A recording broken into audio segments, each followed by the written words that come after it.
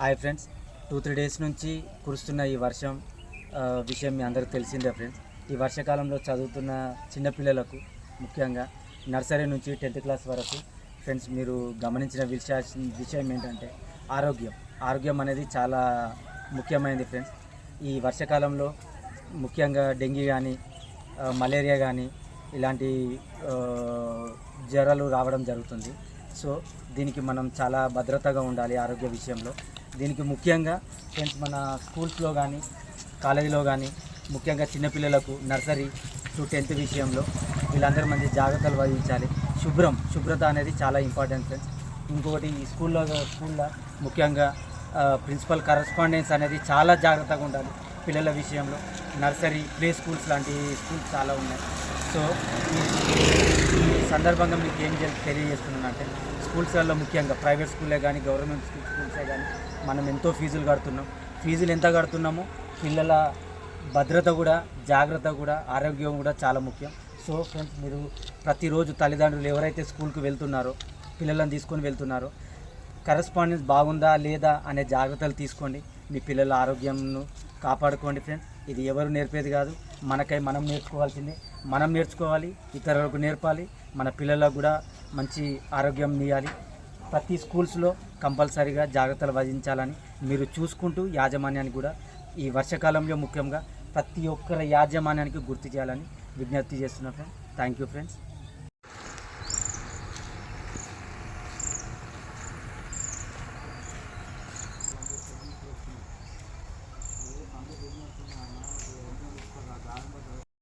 Friends మీకు ఒక ముఖ్యమైన విషయం చెప్పడానికి మళ్ళీ వచ్చాను. మనకు మండల వారీగా ప్రాథమిక ఆరోగ్య కేంద్రం అనేది ప్రతి మండలంలో ప్రతి విలేజ్లో ఉంది. సో దీన్ని మనం అందరం వినియోగించుకోవాలి ఫ్రెండ్స్. ఎందుకనంటే ఈ వర్షాకాల కారణం వల్ల ఎన్నో అనారోగ్య బాధలు పడుతున్నాము.